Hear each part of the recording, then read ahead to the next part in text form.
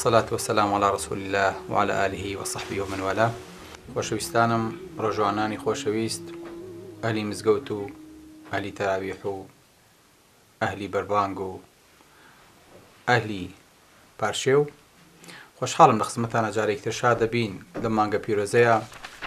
خوای گەورە ڕۆژوانمان سەربەرز و سەرفراز و بەتەندروست بکە، ژن و پیا و مناڵ و گەورەمان قوبوڵکە و بمان کاتە تەقای ئەم شارە. ئەگەلیاتان بێ لەوانەی پێشوا باسی سیستمی خواردنی پێغەمبەری خوامان کرد. سیستم یعنی پێغەمبەری خوا بە سیستم نانی خواردووە. بەڵێ، پێغەمبەری خوا بەرنامەی هەبوو کە نانی خواردووە. هەموو ژیانی پێغەمبەری خوا صلی الله علیه و سەلەم بەرنامە بووە، تەنانەت لە خواردنەکەشیە. ماوەسا و کەلیمەی زۆر خۆشە، تۆڵی سیستم. بەڵێ، کەسێکی ژۆک و پێغەمبەری خوا صلی الله علیه و سەلەم لە ژیانی خۆیە لە سیستمی نەزەری خۆی لەبەر هیچ هۆیەک لای نەداوە. ئەمە عەزەمەت و گەورەیەکەیە. کەواتە مامۆستا، قورئان بەرنامەی داناو بۆ خواردن. بەڵێ، بەچی سلمێنی؟ بە سێ حرف، نا، بە سێ کەلیمەی سلمێنم. خۆی گەورە فەرمێ: وەکولوا واشربوا چی؟ ولا تسرفوا. یعنی گەورەترین سیستمی جیهانی خوای گەورە لە سێ کەلیمەیە کۆ کردوێتەوە. فەرموو بخۆنەوە، بەڵام ئیسراف نەکەن، لە سنووری خۆتان لا نەدەن. بەڕاستی ئەمە سیستمە، بەڕاستی ئەمە بەرنامەیە. ئیساکەنە حالیان فێرە بین کە ئەم بەرنامەیە چۆنە و چۆن ئەکرێ. ئەم سیستمی کە فەرمێ بخۆن و بخۆنەوە بەڵام ئیسراف نەکەن، ئینسان ئەبێ لە خواردنە حەدی ئەقەلی پێداویستی ژیان و چالاکی بەدەن و ڕۆژانەی خۆی وەرگرێ. کەواتە بێ ئەو شتانێکی خۆیت پێداویستیەکانی لاشت دابین کە هەتاوەکو پێی بڵێت کولو. ئەبێ کەمترینی پێداویستەکانی شەراب و شلەمەنی دابین کە وەشرەبوو. و نابێ ئەم سنوورانە ببەزێنین و تێپەڕیکەین، چونکە ئەوەی کە مایە و زیادە بوو ئەبێ بە ژەهر لە لاشەوانە دوایی فڕێدانی زەحمەترە بێ. بۆیە وەلا تسریفوا، ئیسراف نەکەن و پێی لێ ڕانەکێشن. کەنانتان خوارد، بەڵێ بخۆ، پشتێنی بۆ نەکەیتەوە. بڵێ بخوا ئەنجا نا، قۆڵی بۆ هەڵ نەکەی، قۆڵ هەڵماڵی ناوێ. پێغەمبەری خوا صلی الله علیه و سەلەم وەکو متەحەفیزێک نانی خواردووە، یعنی ئاوا دانیشتووە کەیتر ئێستا هەستێ بڕوا، یعنی بۆی دانەنیشتووە ئەڵا با نوێژەکە لە کۆڵکەینەوە دوای نانەکە بە ئیستراحەت دەخۆی. نا، ئەمە لە بەرنامەی پێغەمبەری خوا. بەڵام چییە خۆیت؟ good thing. ئەبێ شتی چاک بخۆیت. کە شتی چاکیشە خوارد حەڵاڵە، بەڵێ، not excess، زیادە ڕەوی نەکەیتایە. یعنی ئەمڕۆ توو بگەیشتۆ بەمیکە ئەبێ شتی چاک بخۆیت، نابێ زیادە ڕەویشکەیت و لە سنوورەکان لابیت و بیبەزێنی. بۆی کە پێ بڵێترێ خواردنێکی تەندروستە خواردووە. بەڵێ، ئەو خواردنێکی خۆی کە پێوتێ خواردنی چاک ئەبێ rich in nutrition، ئەبێ دەوڵەمەند بێ لەوەی کە پێداویستی لاشەی توێدابینەکە. واتە ئەبێ خۆراکێکی پڕ بە فەڕ و بەرەکەت و پێویست بێ بۆ لاشەی مروتۆ. ئەبێ ئەوی کە لاشەی مروتۆ پێویستێتی تایە بێ. ئەمە ئەو خواردنەیە کە ئینسان ئیسفادەی لێەکە.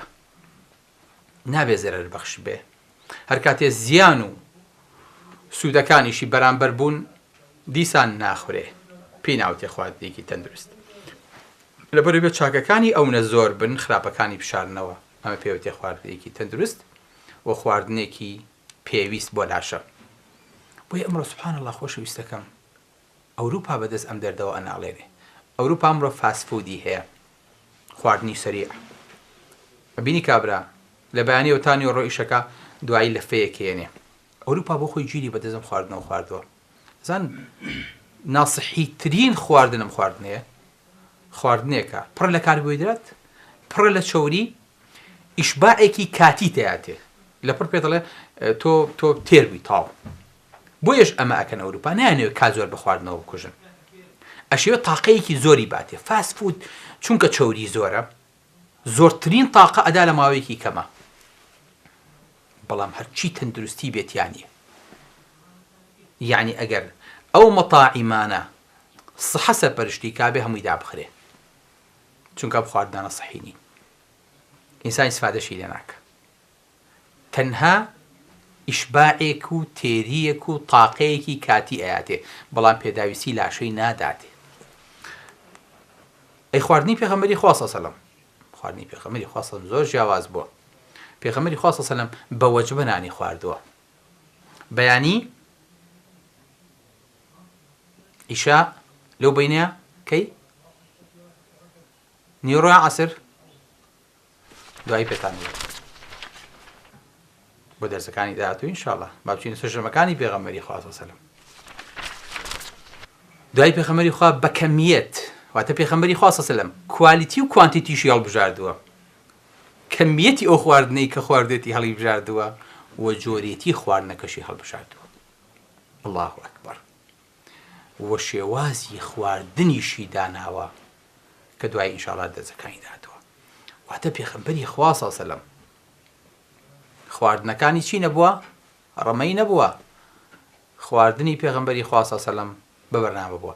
پێغەمبەری خوا صلی الله علیه و سلم وەکو ئێستاکەنە پێوتێ خواردنی نەباتی، کابرا لێ وەڵام من نەباتیم، ئەویش عەیب نەبێ وەڵامیش حەیوانیم. ئای پێغەمبەری خوا صلی الله علیه و سلم کامیان بۆ؟ نا، هێڵە من بەس شتی نەباتیە خۆم. پێغەمبەری خوا صلی الله علیه و سلم لە ڕۆک خواردوێتی، لە ئاژەڵیش لە حەیوانیش خواردوێتی، بۆی کە نەقسی بۆ دروست نەبێ. چونکە ئەگەر دەست بگری بە دانەیەکیانە و دانەکەی تەرتەرەکەی ئیلا تووشی نەقسە بی، بڕۆ هەتا وەکو ماوە خواردنی حەیوانی بخۆ، تووشی نەقسی فایبەرە بی، هەتا ماوە بڕۆ خواردنی نەباتی بخۆ، تووشی ڤیتامین بی دیفشنسیە بی، تووشی نەقسی ڤیتامین بیە بی. کاتە پێغەمبەری خوا صلی الله علیه و سلم چی کردووە؟ بۆی کە فێرمانکە لە هەردوو جۆرێکی خواردووە، گۆشتی خواردووە، شیری خواردووە، میوەجاتی خواردووە، سەوزی خواردووە، زەیتی زەیتونیشی خواردووە. ساسل کەواتە پێغەمبەری خوا صلی الله علیه و سلم چی کردووە؟ بە بەرنامە خواردنەکانی کۆ کردوێتەوە و خواردوێتی. خاڵێک لە خاڵەکان خۆشەویستەکانم، ئەم قەواعیدی خواردنە هەتا سەدەی ئەخیرەکانی 20 و سەدەی 21 نەبێ دانە ڕێژرا. پێغەمبەری خوا صلی الله علیه و سلم چۆن پێی بەمە بردووە، چۆن زانیوێتی؟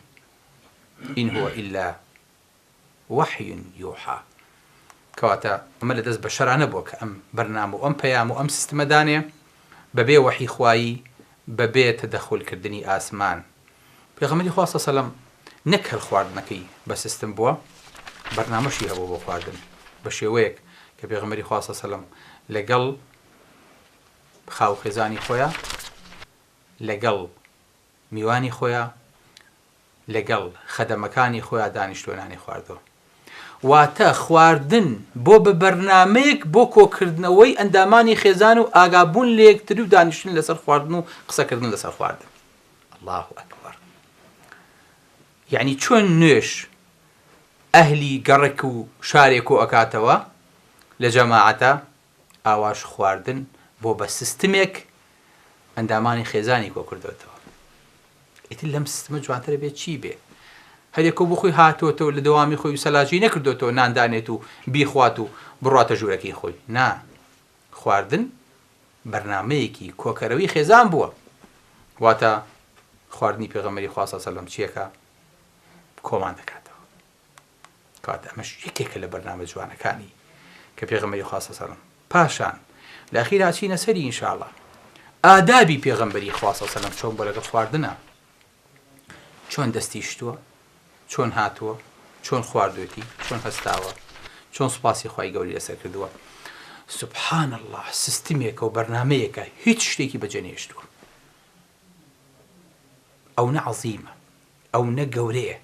تەنانەت پێغەمبەری خوا صلی الله علیه و سلم چۆن دانیشتووە و بە کام دەستە خواردوێتی و لەگەڵ چیا دانیشتووە و چۆن ئاراستی بەرامبەرەکەی کردووە و دوایی چ بەرنامە و چ هەیکەلیەتێکی لەگەڵ خواردنا داڕشتووە. ئەمە ئەوەیە کە بەڕاستی لە هیچ شوێن و لە هیچ جێگە و لە هیچ کتێبێکی طبیە نایدۆزیتەوە. بۆ چکە کتێبە طبیەکە پێتەڵێ گوێزەر ئیسفادەی هەیە، پێتەڵێ ترۆزی ئیسفادەی هەیە، پێتەڵێ خواردنی خورما ئەوەی تێ، پێتەڵێ شیر. بەس هیچ شتێکی ترە پێ ناڵێ کەی و چۆن و لەکوێ بیخۆیت. بۆیە ئەگەینە ئەو قەناعەتەی کە پێغەمبەری خوا صلی الله علیه و سەلەم لە بەرزترین ئاستی هونەری ئەتەکێتی خواردنا بووە. چی؟ لە بەرزترین ئاستی هونەری ئەتەکێتیە. ئێمە ئەگەر لە شوێنێکی تۆزێ فۆرماڵ و تۆزێ ئازبرز و VIP داوەت کرین حسابی هەموو شتێکی خۆمانەکەین چۆن بچین، چۆن دانیشین، چۆن دەستدرێژکەین بۆ خواردنەکان، بە کەوچک بیخۆیان بەدەست بیخۆین، کام خواردنە بخۆین، لەگەڵ چیا دانیشین، کەی دەست پێ بکەین، کەی دەست بکێشینەوە، پێویستە بە پرسیار نییە بیکەی. ئەمە هەمووی لە ژیانی پێغەمبەری خوا صلی الله علیه و سەلەم لە ئاستە بەرزەکانی فەنی ئەتەکێت و جۆری خواردن و دانیشتن و دەستپێکردن و کۆتایی هێنانە ئەمە لە سنەتی پێغەمبەری خوا صلی الله علیه و سەلەم بینیتەوە. لەبەرەوە بە هیچ لایەک ئامەڕۆن دوور مەکەونەوە، دینەوە خزمەتتان. السلام علیکم ورحمة الله وبركاته.